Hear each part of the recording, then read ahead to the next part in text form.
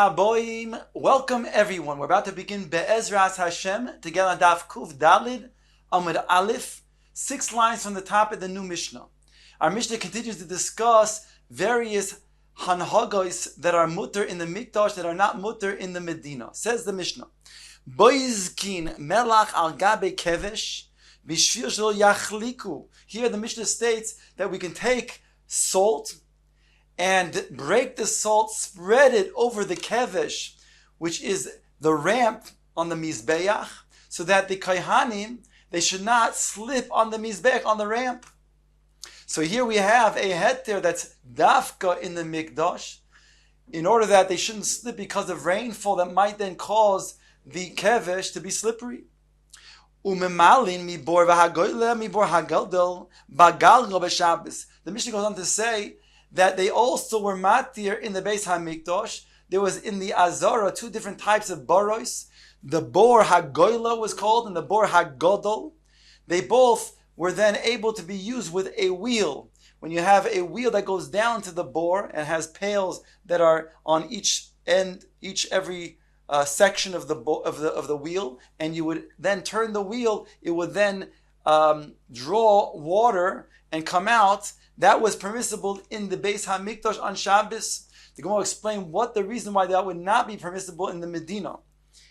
Umi be'er hakar biyomtiv. Another be'er, this water source was a natural water source, and this was not in the Beis HaMikdash, it was actually in the Medina. The Gemara explain why this was a special case that was mutter on Yontiv Davka.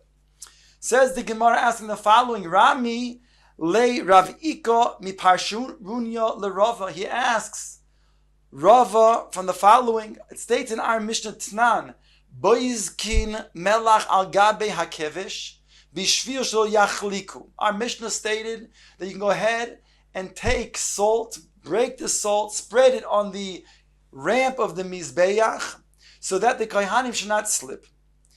Bamikdash in B'Medina lo. The diuk is that this is a heter dafka in the Beis HaMikdash by the kevesh, but outside of the Beis HaMikdash in the Medina, this would be prohibited. Says the Gemara Raminu, but it says chotzer in his kalkala b'mimei geshomim. If you have a chotzer in the Medina that because of the rain cause it to become slippery, mevi tevin umerade bo, you can take straw and you can spread out straw. So here, it states over here in the Medina, it's mutter in a chotzer. Why does it state in our Mishnah that it's only a heter in the Mikdash? In the Mikdash, it's mashma that it's not a problem. Mashma, but everywhere else, yes, it is a problem. Yet in the Bryce, it states that it's mutter even in the Medina. Answers the Gemara, shiny tevan. Tevan, in this case in the Bryce, of the straw is different. Why is it mutter? Because the loy mevatil lay. In the case of the Medina, where the tevin is mutter, he was not mevatil. That tevin is going to be used subsequently in order to then be animal feed or whatever. And therefore, since it has a purpose, it's not going to be left there, then it's not an issue, it'll be mashve gumois. So therefore it's mutter even in the Medina. But our Mishnah is talking about melach. And since the melach over there in our Mishnah is dafka, a concern that it might be a similar to mimashve gumus, like you're coming to be then preparing the karka in Isser Dirabanan. Therefore, they were matir dafka in the Mikdash and not in the Medina. Omar le Rav Acha berei Rav le Rav Ashi. Hi melach hechidami. This melach in the Mishnah, we can say you can break it and spread it on the kevesh. What type of melach? What is this case referring to? If you're mevatil the melach on the ramp, aside from the Isser Shabbos, forget about the Isser Shabbos. In addition, now we're asking a new question in regards to then the fact that there's a prohibition to either add or subtract on the Beis HaMikdash or the Mizbeach in this case. So how can you go ahead and leave salt? That would be being moisif on the binyan. And if you're not going to mevatil the salt, then kahavi chatzitza. Then it'll be a chatzitza between the kohanim's feet and the kevesh of the mizbeach. Their feet have to be directly on the ground of the mizbeach, and of the Beis Hamikdash when they do the avodah. And yet over here, if you're going to say that the salt you are not mevatel, then there'll be a chatzitza. Says the Gemara, behoilachas evorim lekevesh, the lav avodahi. The Gemara takes on that they were not mevatel the salt. If that's the case, then we ask that it'll be a chatzitza between the feet of the Kohanim and the Mizbeach. Answers the Gemara that the Gemara understands at this point, since the Iker Kapara comes from the sprinkling of the blood, the mere fact that they take the Evarim and they put it on the Mizbeach to burn is not the Avodah, not the essential Avodah, and therefore that would not be a chatzitza. On that the Gemara says, Veloi, are you going to say even this, by burning, by the Kohanim then bring the Evarim on the Mizbeach, that's not itself an Avodah, that will be Poisel Ayidei Chatzitza? Veho, behold, it states, Ksiv, in the I'll read you the entire verse, it states, Vehakerev, Vehakroim, Yirchatz Bamaim, the innards, we're talking about the Evarim of the animal, you will wash in water. Vehikriv HaKoyin, the Kohen will then bring it up as a carbon. Es HaKol, Vehiktir HaMizbecha, it will be burnt on the Mizbeach. Oilohi, Ishe Reach Lech, Noichach LaHashem. So the Gemara brings, V'ksiv, Vehikriv HaKoyin, Es HaKol, Vehiktir HaMizbecha. So they are bringing up these Evarim, and it's going to be burnt on the altar. So you see, indeed, this is avodah. Ve'omar zuho lachas evarim lekevesh. This refers to the Kohanim walking up the ramp and putting then the various evarim on the mizbeach. So indeed, there would be a chatzitza if we were not mevatel the salt. Ella says the Gemara, Ema behoilachas eitzin lema'arocha, the lav avodahi. Rather, we're talking about the salt is placed on the ramp B'shas, during the time when they're bringing up just the wood. That is not considered to be an avodah, and therefore it will not be chaytzeit between the Kohanim's feet and the ground of the Mizbeach. Dorash Rava. Rava was Doresh, what we saw really in the Brisa, Chotzer sheniskalkel labimei in Geshamim. If you have a Chotzer that became niskalkela because of the rainwater, Maybe teven umaradeba. You can bring teven, straw, and spread it out. And there, we're saying that it's going to be okay, because here he's not going to mevatel the teven. So it's not going to be an issue being mashve gumois. So you can do that on Shabbos. Omar le Rav Papa le Rav vehatani asked from a brayso, kishu merade eino merade loy besal. You can't do this. You can't spread out the teven, not on a sal, a basket, v'lo bekupa, and not on another type of box. Ela b'shulei kupa, only on a box that was broken on the bottom of that box. In other words, you have to do so with a shinu. Otherwise, it's a problem of maisechol uvdin dechol. Hodar ukim rove amora aleder v'dorash. Afterwards, Rava, he appointed a speaker to then announce the following in a drasha. And he said the following, Devarim shomarti lifnechem toshem biyadi. He said, those words, Rava is telling the interpreter to then say in his name, those words that I had just previously stated, I made a mistake, says Rava. Biram, however, kach amru mishum Rabbi Eliezer. However, this is what they said in the name of Rabbi Eliezer. Kishehu merade, eino merade lo besal, velo bekupa, ela beshule kupa. So it wouldn't be a problem of uvdin dechol. Now the Gemara brings the seif of our Mishnah, and the seif of our Mishnah is talking about filling up from a water source that was in the azara of the Beis Hamikdash, specifically with a wheel. Now the wheel that would go down into the bore would have buckets on every segment of this wheel. So when you would turn the wheel, then the buckets would fill up, and then ultimately they would be drawing out water as they are then coming out of the bore. So the Gemara is now going to bring this to then explain that maybe indeed this will make a noise. For the following sugya of making a noise on Shabbos, says the Gemara, Ula ikla lebei Rav Menashe. Ula visited the house of Menashe. Also, ahu gavra toraf abava. A person came and he banged on the door, he knocked on the door, making a noise through the knocking of that door. Omar, Ula said, Man hai litachal Gufe, the kamachil, leil Shabbata. Ula said this person's body should be desecrated, just as he has desecrated Shabbos. He's mechalo Shabbos.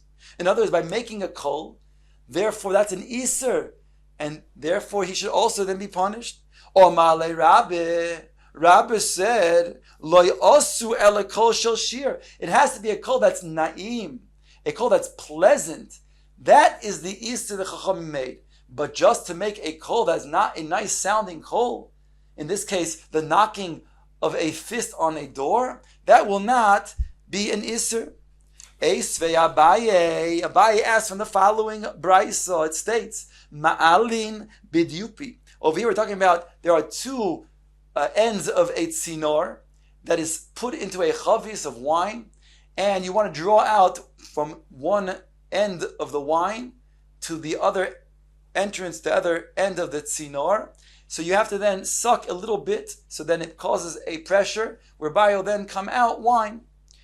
Umetifin mi'arak lechoyle b'Shabbos. You may take this kli called arak, and it'll drop water onto another type of kli that is metal, and it'll cause a sound. For a chol, you can do that on Shabbos. The Gemara is medayik lechoyle in the bari loy. Only for a chol it's permissible, but for a healthy person it would be prohibited. So don't we see over here that we're making a kol? Why is it prohibited? Hechidami. Lav denim v'kaboy liditar. Is it talking to somebody who is sleeping, we want to wake him up? Obviously, we want to wake somebody up, it can't be with a pleasant type of sound. So therefore, even making a kol, a noise that is not pleasant, itself is also, as Ula maintained. Shma mino alude kala iser. So we can derive from this, like Ula said, producing, being moilid a kol on Shabbos is prohibited. Gemara says, Loi, the tir v'kaboim lenim. No, we're talking about somebody who was awake, and we want to bring him to his slumber. So therefore, we're talking about a type of noise that will be pleasant. The mishtame kikola de zamzume, that will then produce a sound of a cymbal.